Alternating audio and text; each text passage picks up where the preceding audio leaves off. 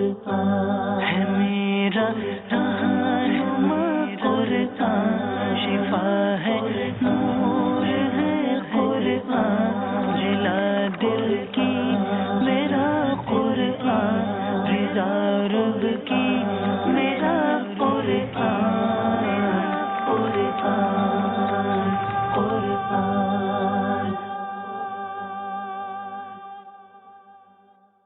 الحمدللہ رب العالمین والصلاة والسلام علی سید المرسلین، اما بعد فاعوذ باللہ من الشیطان الرجیم، بسم اللہ الرحمن الرحیم۔ الصلاة والسلام علیک یا رسول اللہ وعلی آلک واصحابک یا حبیب اللہ، الصلاة والسلام علیک یا نبی اللہ وعلی آلک واصحابک یا نور اللہ۔ میٹھے میٹھے اسلامی بھائیوں اور مدنی چینل کے ناظرین، سلسلہ ہے ایک قصہ ہے قرآن سے۔ قرآن ہے میرا رہنما، قرآن شفا ہے، نور ہے قرآن، جلا دل کی میرا قرآن، رضا رب کی میرا قرآن، قرآن قرآن۔ آج کس قصے کی بات ہونی ہے؟ میٹھے میٹھے اسلامی بھائیو، آج تخلیق آدم علیہ نبینا علیہ الصلوۃ والسلام پر انشاءاللہ مدنی پھول حاصل کریں گے۔ حضرت آدم علیہ الصلوۃ والسلام کی نہ ماں ہے نہ باپ، بلکہ اللہ تعالیٰ نے ان کو مٹی سے بنایا ہے۔ چنانچہ روایت ہے کہ جب خداوند قدوس عز و جل نے آپ کو پیدا کرنے کا ارادہ فرمایا تو حضرت اسرائیل علیہ السلام کو حکم دیا کہ زمین سے ایک مٹھی مٹی لائیں۔ حکم خداوندی عز و جل کے مطابق حضرت اسرائیل علیہ السلام نے آسمان سے اتر کر زمین سے ایک مٹھی مٹی اٹھائی تو پوری روح زمین کی اوپری پرت جو ہے وہ چھلکے کی مانند اتر کر آپ کی مٹھی میں آ گئی، جس میں 60 رنگوں اور مختلف کیفیتوں والی مٹیاں تھیں، یعنی سفید و سیاہ، سرخ و زرد رنگوں والی، اور نرم و سخت، شیریں اور تلخ، نمکین و پھیکی، ان تمام کیفیتوں والی مٹیاں اس میں موجود تھیں۔ پھر اس مٹی کو مختلف پانیوں سے گوندنے کا حکم فرمایا۔ چنانچہ ایک مدت کے بعد یہ چپکنے والی بن گئی، پھر ایک مدت کے بعد یہ گوندی گئی تو کیچڑ کی طرح بو دار گارا بن گئی، پھر یہ خشک ہو کر کھن کھناتی اور بجتی ہوئی مٹی بن گئی۔ پھر اس مٹی سے حضرت آدم علیہ السلام کا پتلا بنا کر جنت کے دروازے پر رکھ دیا گیا، جس کو دیکھ کر فرشتوں کی جماعت تعجب کرتی تھی، کیونکہ فرشتوں نے ایسی شکل و صورت کی کوئی مخلوق پہلے دیکھی ہی نہیں تھی۔ پھر اللہ تعالیٰ نے اس پتلے میں روح کو داخل ہونے کا حکم فرمایا۔ چنانچہ روح داخل ہو کر جب آپ کے نتنوں میں پہنچی تو آپ کو چھینک آئی، اور جب روح زبان تک پہنچی تو آپ نے سب سے پہلا لفظ زبان سے ادا کیا الحمدللہ آپ نے پڑھا۔ سبحان اللہ، آج ہم چھینکتے ہیں الحمدللہ کہتے ہیں تو جواب میں دوسرے مسلمانوں کے لیے حکم ہے کہ جنہوں نے سنا وہ یرحمک اللہ کہیں۔ حضرت آدم علیہ نبینا علیہ الصلوۃ والسلام نے جب چھینک کے بعد الحمدللہ کہا تو رب نے ارشاد فرمایا یرحمک اللہ، یعنی اللہ تعالیٰ تم پر رحمت فرمائے۔ اے ابو محمد یعنی آدم، میں نے تجھ کو اپنی حمد کے لیے ہی بنایا ہے۔ پھر رفتہ رفتہ پورے بدن میں روح پہنچی اور آپ زندہ ہو کر اٹھ کھڑے ہوئے۔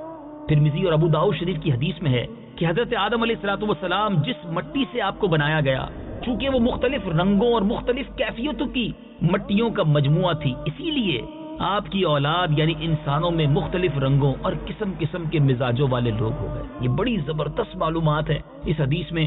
آپ افریقہ جائیں تو وہاں کالی چمڑی والے لوگ نظر آتے ہیں، یورپ جائیں تو وہاں پر گولڈن بال والے لوگ نظر آتے ہیں، سفید چمڑی والے لوگ نظر آتے ہیں، ایشیائی ممالک میں آئے تو مٹیالے رنگ والے، سانولے رنگ والے لوگ ہوتے ہیں۔ گویا حضرت آدم علیہ السلام کی اولاد میں مزاج بھی مختلف ہیں، رنگ بھی مختلف ہیں، اور یہ وجہ ہے جب حضرت آدم علیہ السلام کی تخلیق کی جا رہی تھی تو مختلف کیفیتوں والی مٹی جو ہے آپ کی جو تخلیق ہے اس میں استعمال ہوئی۔ قرآن مجید میں بار بار اس مضمون کا بیان کیا گیا کہ حضرت آدم علیہ السلام کی تخلیق مٹی سے ہوئی۔ چنانچہ سورہ آل عمران میں رب ارشاد فرماتا ہے ان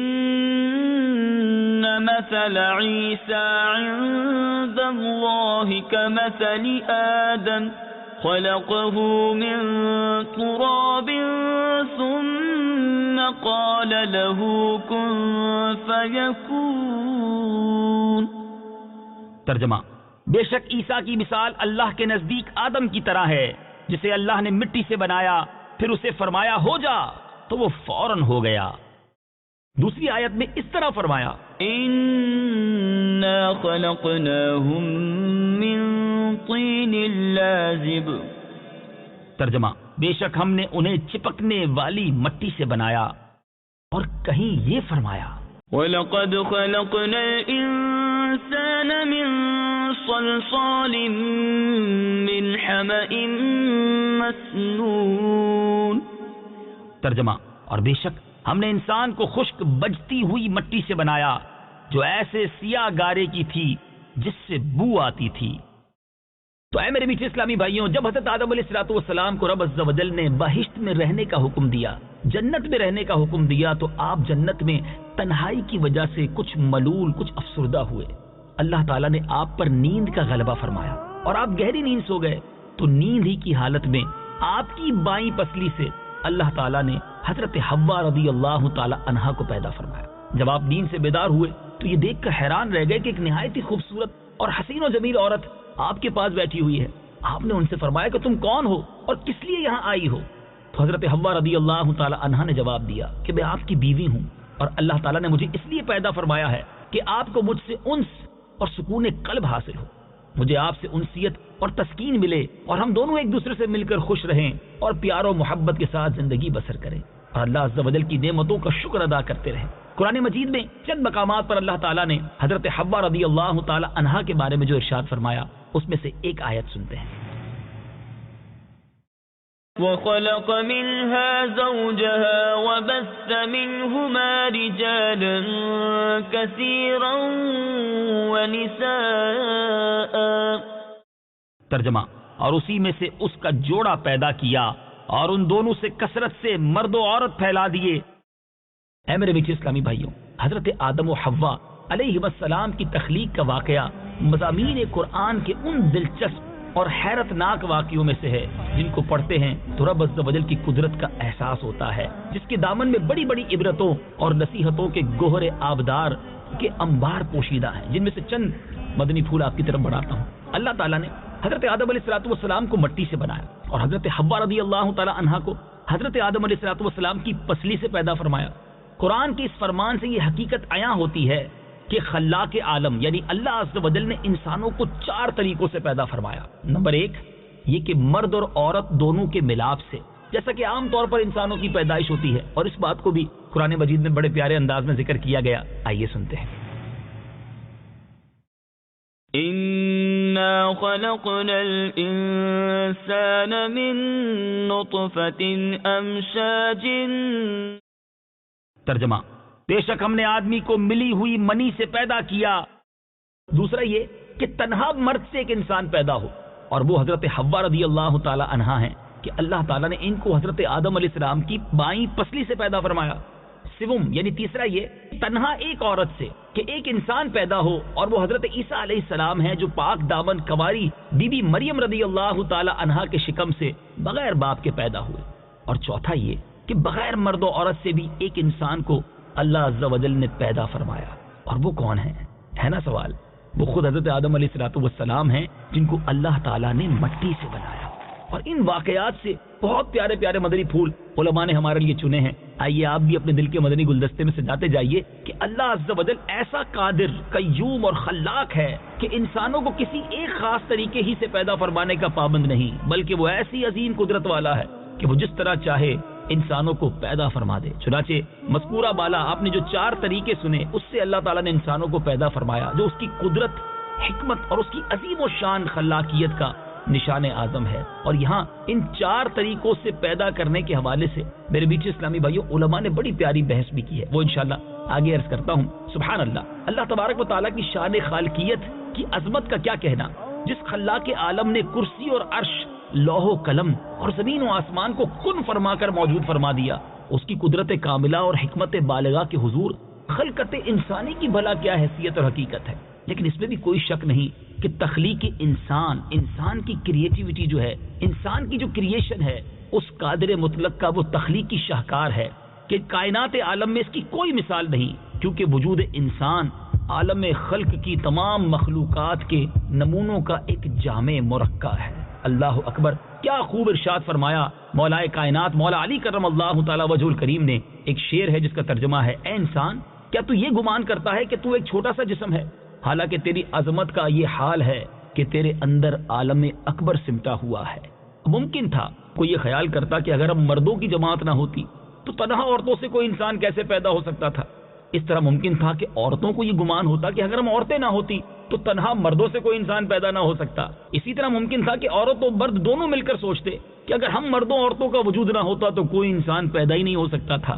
تو اللہ عز و جل نے چاروں طریقوں سے انسان کو پیدا فرما کر عورتوں مردوں دونوں کا منہ بند کر دیا کہ دیکھ لو ہم ایسے قادر و قیوم ہیں کہ حضرت حوا کو تنہا مرد سے یعنی حضرت آدم علیہ السلام کی پسلی سے پیدا فرما دیا۔ لہٰذا اے عورتوں تم یہ گمان مت رکھو کہ اگر عورتیں نہ ہوتی تو کوئی انسان پیدا نہ ہوتا۔ اسی طرح حضرت عیسیٰ علیہ السلام کو تنہا عورت کے شکم سے بغیر مرد کے پیدا فرما کر مردوں کو تنبیہ فرما دی کہ اے مردوں تم یہ ناز نہ کرو کہ اگر تم نہ ہوتے تو انسانوں کی پیدائش نہیں ہو سکتی تھی۔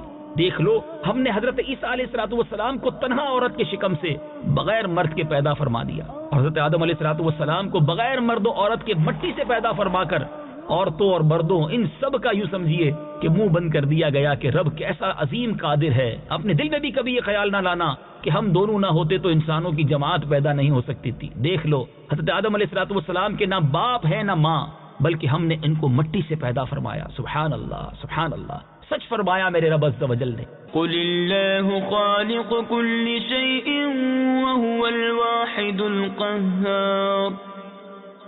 ترجمہ، تم فرماؤ اللہ ہر شے کا خالق ہے اور وہ اکیلا سب پر غالب ہے۔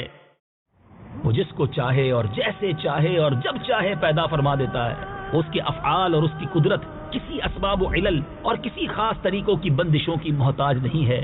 وہ فعال لما یرید ہے، یعنی وہ جو چاہتا ہے کرتا ہے، یعنی جس چیز اور جس کام کا وہ ارادہ فرماتا ہے اس کو کر ڈالتا ہے۔ نہ کوئی اس کی مشیت میں دخل انداز ہو سکتا ہے، نہ کسی کو اس کے کام میں چون و چراں کی مجال ہو سکتی ہے۔ اللہ اللہ اللہ کریم کی قدرت کا کیسا عظیم شاہکار ہیں حضرت آدم علیہ السلام اور ان کی تخلیق، اور قرآن میں یہ باتیں جا بجا موجود ہیں۔ اللہ مجھے اور آپ کو خوب قرآن کی تلاوت کا جذبہ نصیب فرمائے۔ قرآن پڑھتے جائیں تو رب کی عظمت رب کی شان مزید دل میں گھر کرتی جاتی ہے۔ ہم رب کریم سے دعا کرتے ہیں کہ اللہ تعالی ہمیں اپنی سچی محبت سے بہرہ مند فرمائے، آمین بجاہ النبی الامین صلی اللہ تعالی علیہ وسلم۔ قرآن ہے میرا رہنما، قرآن شفا ہے نور ہے، قرآن جلا دل کی میرا قرآن رضا رب کی